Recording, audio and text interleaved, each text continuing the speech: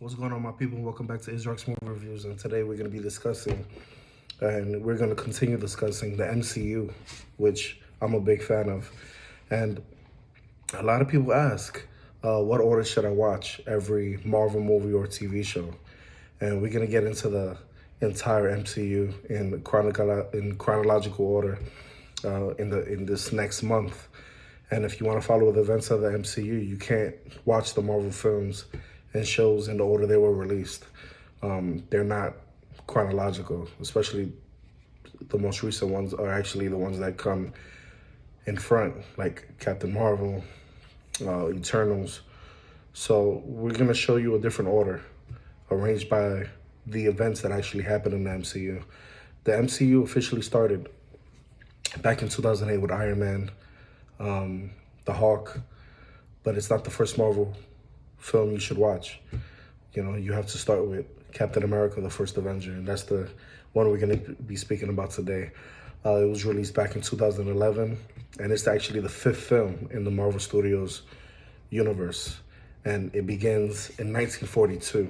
So if you wanted to know why it comes first, this is why it comes first. It comes decades before Iron Man even does. And we're going to get straight into it, man. Captain America, the first Avenger, very, very excited for. This came out back in 2011, and I remember very vividly the excitement behind this movie. You know, it was the first time I got to see Captain America portrayed in the silver screen in my lifetime. You know, Captain America not only was the fifth Marvel Studios film with Iron Man, the Hulk, and Thor all having films before this one, but it's the first film on our list because the events take place first. You know, during World War II, we see the creation of the super soldier portrayed by Chris Evans, who was a perfect casting choice, as well as his first battle with HYDRA and its leader, of course, the evil Red Skull. And the film introduces us to the Tesseract, which we later discover is the first Infinity Stone. And it's one of the most powerful gems that control reality. This movie was exceptional in almost every way possible. I remember returning home from midnight that day, and man, I must say I was a nut just on in the train ride back home. You know, this movie was, man, it was an understatement. A lot of people went over their heads that it make as much money as future installments, but this movie started a legendary franchise. And when the film began, many parts of me jumped for joy, literally, because many films tried to replicate World War II, and many failed miserably. However, aside of all that, I feel like the film definitely got things right. The look was right. The cinematography was phenomenal. The direction they took this film, I think having Joe Johnston direct has a lot to do with this as well. The job that he did with The Rocketeer was also excellent in this regard. I remember watching that movie very young. Getting down to the look and style on time was a big plus. The special effects were grand, as they should have been.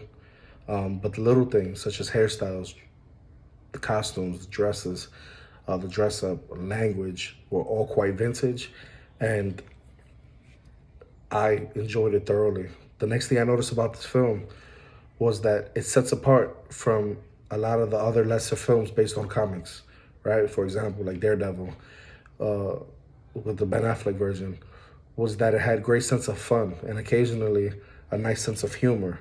While way too old for the role, you know, Tommy Lee Jones had some really great times in this film. I'm happy that he was actually featured in this role, in the role that he had, a few of which made me laugh, man. This man is a legend, and shouldn't a superhero be fun, right? And he delivered some iconic lines. The third thing I noticed in this film was really that it could not be made until recently, until 2011, even now. And I'm not just talking about the atmosphere, the 3D, which was nice, but sometimes unnecessary in this film. You know, practical effects would would have did this whole movie justice. But I'm just nitpicking. But the way we got Red Skull to look, you couldn't get him to look this way back then. Even if you had the best costume designers in the world. The way he looked in this film, the way they shrunk Chris Evans for the first portion of the film was great. The giant plane scenes towards the end were all impossibilities until recently.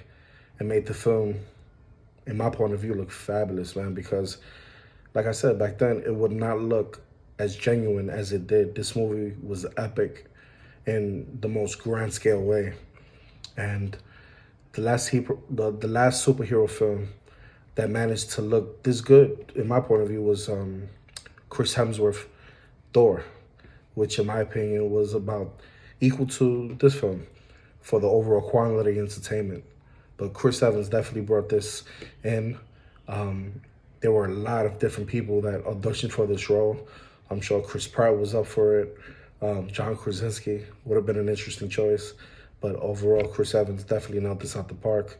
You know, we were familiar with him from a lot of previous movies. He was our Human Torch. But I take him in this role anytime. Now, despite me enjoying the acting, the direction, the set designs, and practically everything else, there were a few minor things I did not like. And these are going to be my negatives. And there aren't a lot. And here come a few spoilers. So if you didn't see this movie, I don't know where the hell you were. You're definitely living under a rock. But stop reading or stop basically listening. Pause this. Come back at a later time. Definitely watch this movie. And then come back because I'm about to spoil a few things. You know, unless you don't mind finding out a couple of big plot points. But Bucky's character seemed underdeveloped in the film. And his apparent death came way too quickly. I feel like the relationship between him and Steve Rogers, my God, the chemistry between them, I loved it. They were like little brother, big brother. And then when he actually blew up and became Captain America, it's like kind of the roles changed. And I loved that in a big way. You could tell that Bucky wasn't jealous at all. Bucky was a badass himself. And I felt like without spoiling the next movie, but I felt like his death came too quick. I wanted to see more of him. I wanted to see him in these badass scenes fighting, not only alongside Captain America, but fighting for his country. And the way he died in the film, I wasn't a big fan of it. They did make it up in the next film, which we'll get into it later in another review. But that I didn't like. I liked his chemistry with Peggy Carter. I think the actress, Hayley Atwell, was perfect in that role. She was awesome, not only beautiful, but the physique.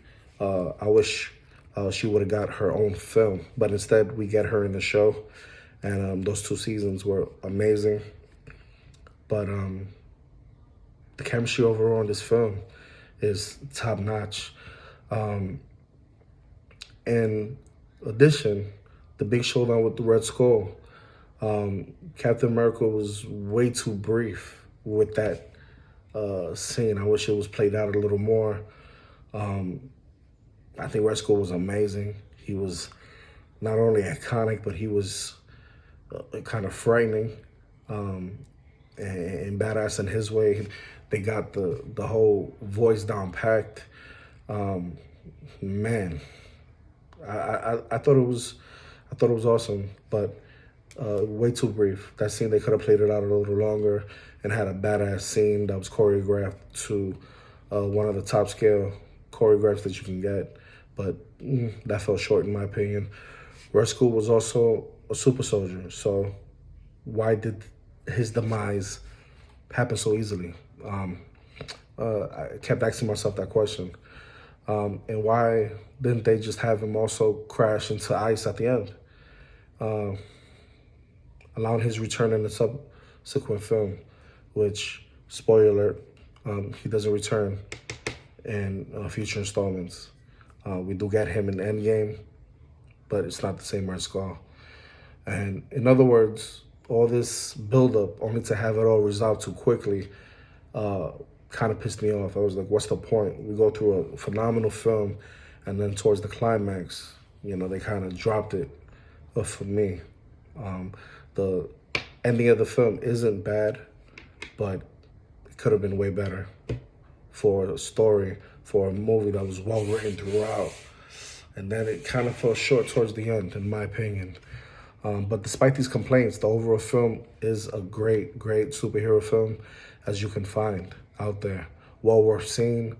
And like the best recent Marvel films, you know, stay to the very end to see some more cool stuff and look for the cute cameo involving Stanley. This is a movie that you do not want to miss because there's a lot of Easter eggs in it. I think the script was witty and smart. Tommy Lee Jones, Hugo Weaving as Red Skull, Hayley Atwell. You have Chris Evans, who was perfect in this role. Sebastian Stan was very charismatic. He shows his acting chops in this. But overall, I gave this movie 8 out of 10. You know, it was super. You know, so definitely go check this movie out. Hit me up on the Discord. Let me know what you thought about the movie. Is this one of your favorite movies of this franchise out of the 3 movies, which Winter Soldier, and then we have Civil War after this? And let's see where this ranks for you. So definitely check this movie out first. And this is number 1 in the MCU ranking. If you liked this video, hit that notification bell, hit that like button. And if you want more content from me, all you gotta do is subscribe. Till the next one. Peace.